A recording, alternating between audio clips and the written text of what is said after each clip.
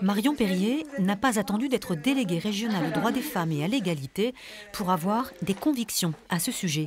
Mais depuis 9 ans qu'elle exerce cette fonction, elle mesure mieux sans doute l'étendue de la tâche.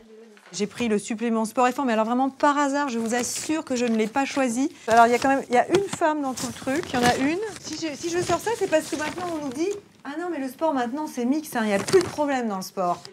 Autour d'elle, cet après-midi, des encadrants du monde associatif et éducatif réfléchissent à la sémiologie des images et à leurs conséquences. Sur cette plaquette de l'éducation nationale, Julien est ambitieux, Laura est une rêveuse. Toute notre éducation a baigné donc dans ces stéréotypes, mais nous on apprend par le biais de différents dispositifs à tous les encadrants de jeunes à essayer de ne pas reproduire, en tout cas à éviter de reproduire ces stéréotypes. Le réseau de délégués aux droits des femmes a été mis en place par Yvette Roudy en 1985.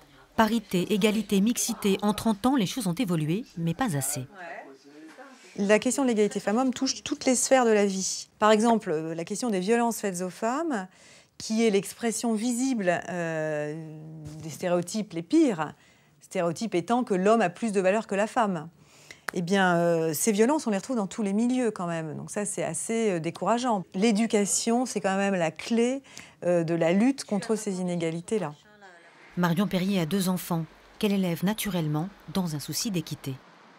J'ai passé beaucoup de temps avec mes grands-parents qui étaient instituteurs et qui ont eu toute leur vie un grand intérêt pour le progrès des enfants dont ils avaient la responsabilité, sans faire aucune différence dans le progrès des filles, dans le progrès des garçons. Pour eux, c'était des humains tous formidables et il fallait que tout le monde progresse.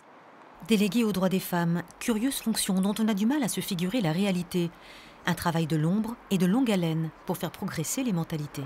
Bien sûr que je suis féministe, c'est évident, mais c'est tellement connoté comme expression que j'ai pas envie d'aller au conflit sur ces questions. C'est pas l'intérêt. L'intérêt, c'est de mieux vivre tous ensemble et d'avoir autant de chances qu'il y a d'individus d'avoir une vie intéressante. Les politiques volontaristes ont fait beaucoup progresser l'égalité, mais rien n'est acquis. Évidemment, les résistances sont toujours là et le travail n'est pas du tout terminé.